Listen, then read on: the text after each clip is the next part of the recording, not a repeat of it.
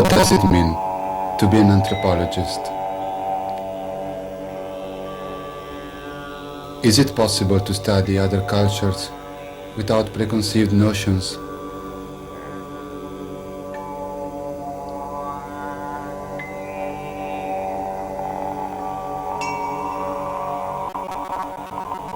If we start with our own values, how can we judge those of others?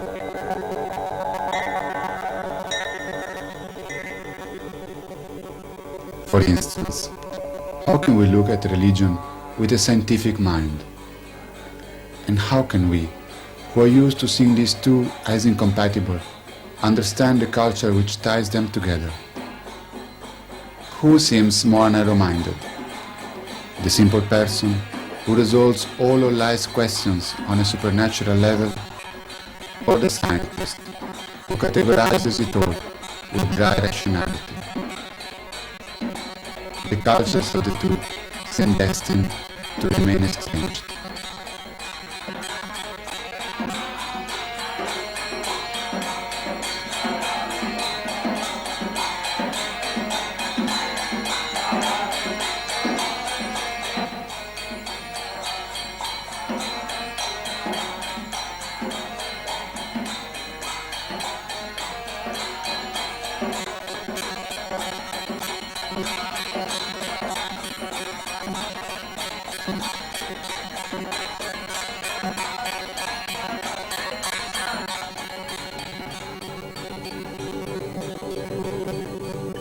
Yet, the anthropologist should not deny himself the effort to find points of contact, to open those avenues of communication which permit one culture to understand another.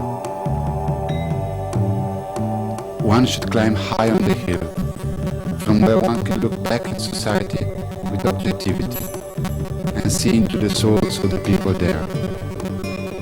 One should search for a mode of communication which goes beyond cultural boundaries, sharing the values of other cultures with the faith that these values belong to everyone.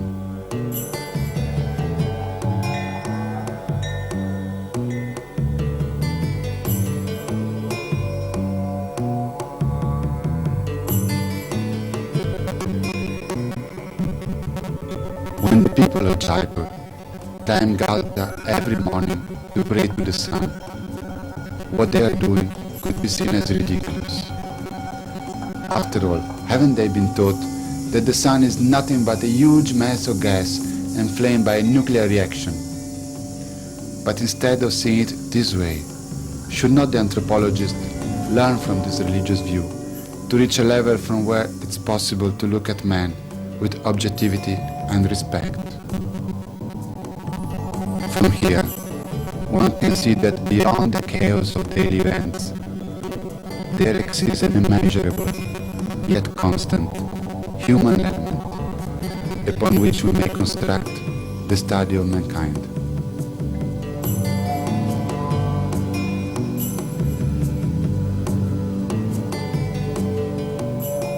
And from here, it is possible to look at all societies with the same solidarity with which one looks at one's own.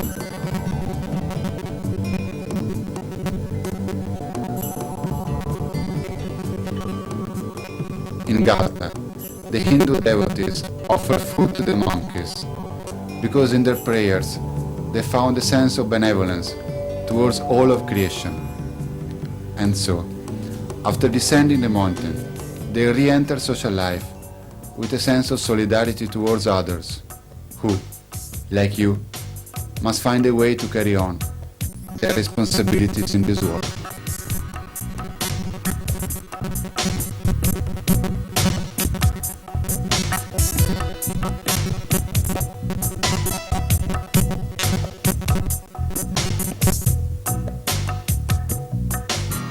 Jaipur, the capital of Rajasthan, was founded by a king who was also a famous astrologer.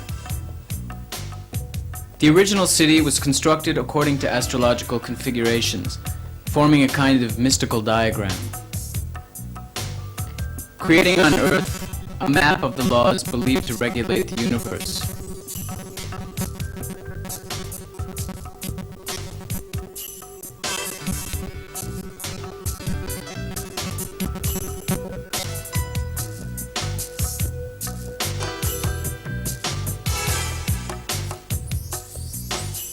Today the city is crowded, full of life, of traffic, of all the hopes and contradictions of a modern city. The old city of Jaipur has been overridden by new industrial development, a process which has happened in all countries with a long history behind them. But here, the change has been especially dramatic because of the speed with which it has taken place. Until recently, the people here on the border of the desert, on what once were the frontiers of the Indian Empire, lived separated from the rest of the world. Most of what has changed has occurred in the last 10 years.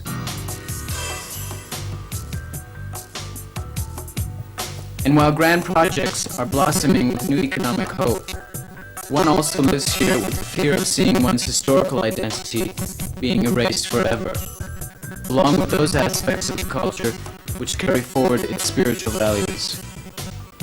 They are in danger of being tied to the past, of becoming an exhibition in a museum, like the old astrological city of Jaipur, now found only within the gates of the royal palaces.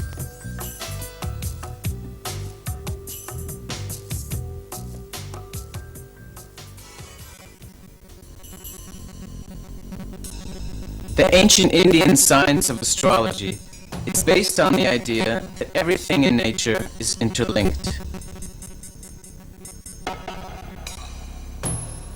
The whole of the cosmos is seen as one single being, enlivened by the pulsations of a spiritual core reflected in the movement of each and every being. This heart is imagined to be beyond space, beyond matter.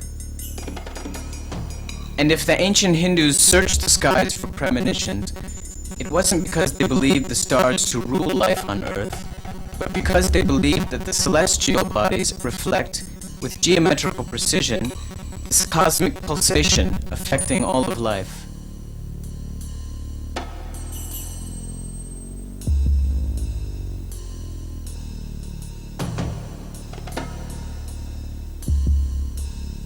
And so, by charting the stars, one could better observe the directions of life on Earth, mystically and eternally integrated with all of creation.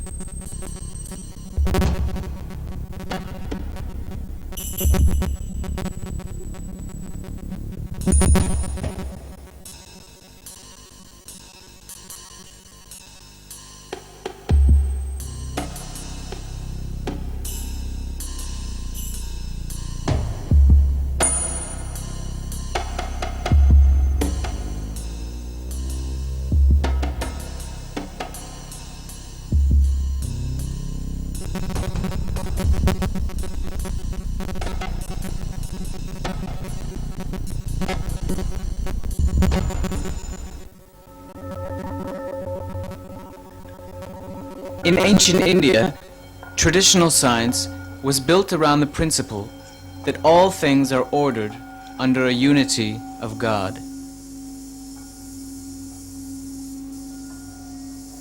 Knowledge was considered part of a spiritual movement towards a divine reality believed to be the mystic source and the transcendental end of the existing universe.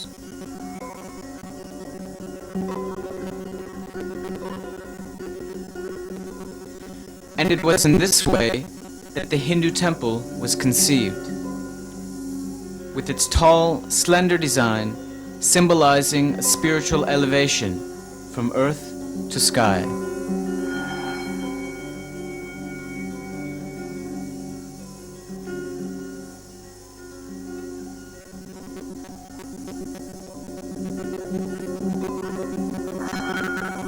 What surprises most foreigners traveling in India is the fact that the religious element dominates each aspect of social life. It is not something restricted only to priests, temples, and rituals, but is found even in the most simple acts of life.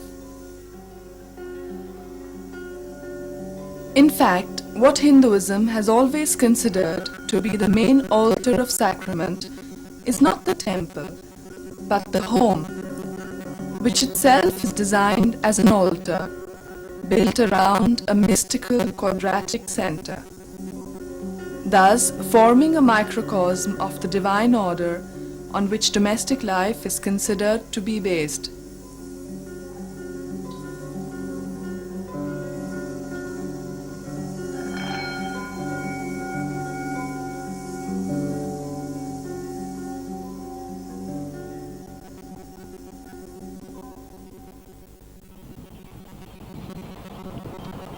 In the city life of modern India, this religious view is now being dismantled by new values, new trends, and new conceptions of the family.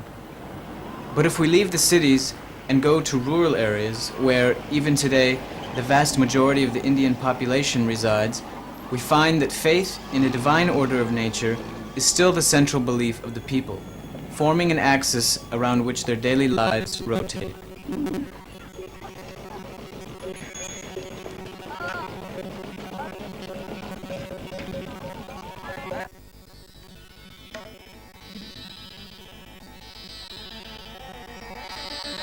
While filming in a village near Nagaur, we encountered Meera, who invited us to spend the day with her. During this opportunity to learn something of the reality of a traditional woman, I was surprised at the foolish arrogance I discovered in myself. We modern city women are brought up to believe that we are fortunate, liberated women, free from the exploitation of man. Yet, I couldn't help feel a sense of inferiority, comparing the energy and dignity which sustains her status as a woman to all the insecurity and false complexes of us modern women who seem only to feel secure when found attractive. I spent an entire day following her activities. From morning to evening, her actions were repeated in a pattern, which was always the same, and yet I saw no trace of boredom in her, like an artist who does not tire to repeat his work. Meera repeats the same work each day, yet she performs it with a constancy which reminds us of a ritual rather than of work.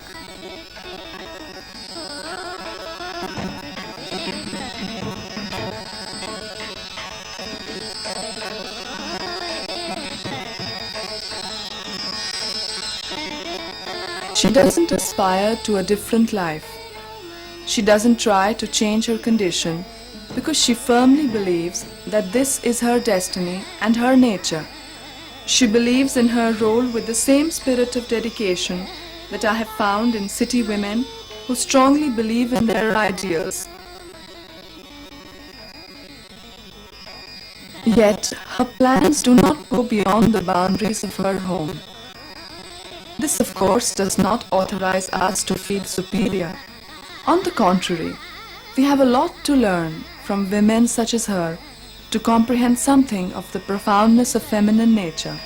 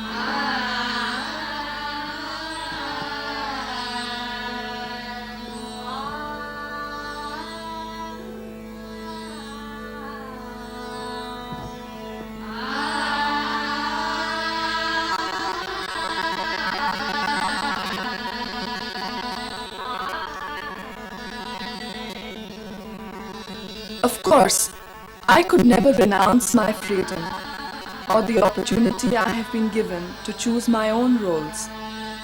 I couldn't do now what the women of traditional societies do.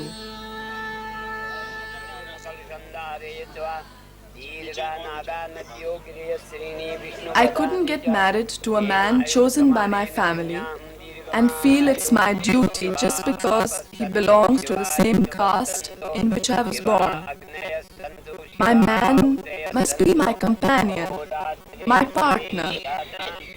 What is not my choice cannot become holy just because of a ritual. But I am glad to have grown up in India, to continue to believe that the role of a wife and the role of a husband are sacramentally and eternally bound together. I am proud of belonging to a civilization which teaches that erotic life finds its satisfaction only by elevating the instinct of love to a sacramental level. Perhaps in India, it has been possible for the modern woman to retain all the traditional respect for men because here, unlike the West, the erotic element has always played an important role in the concept of divinity. Lord Krishna cannot stop being for us the model of a lover, even for those of us educated in the values of independence.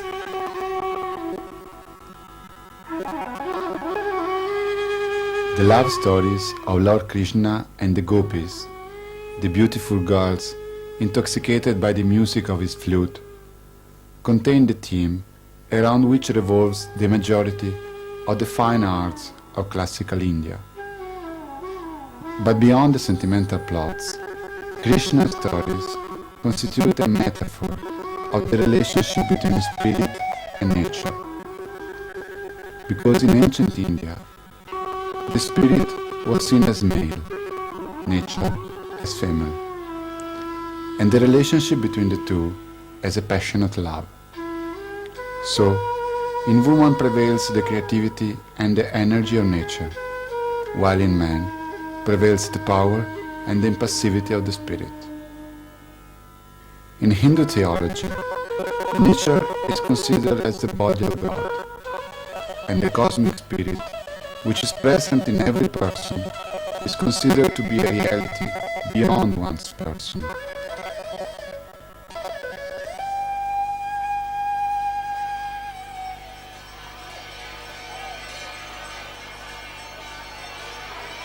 For the Hindus, God is the one in whom the individual soul of the human and the cosmic soul of the universe merge into a single nature.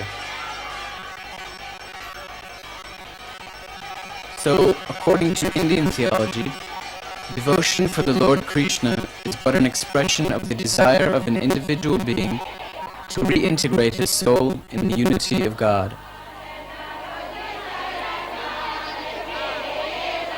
And like each of the innumerable gopis who, enamored with Krishna, mystically received the love of God completely for herself, so does each one of the sea of devotees who flock to his temple. And each, with their hopes and different conceptions of the nature of God, receives a special communication, reaching the silent aspirations of his being.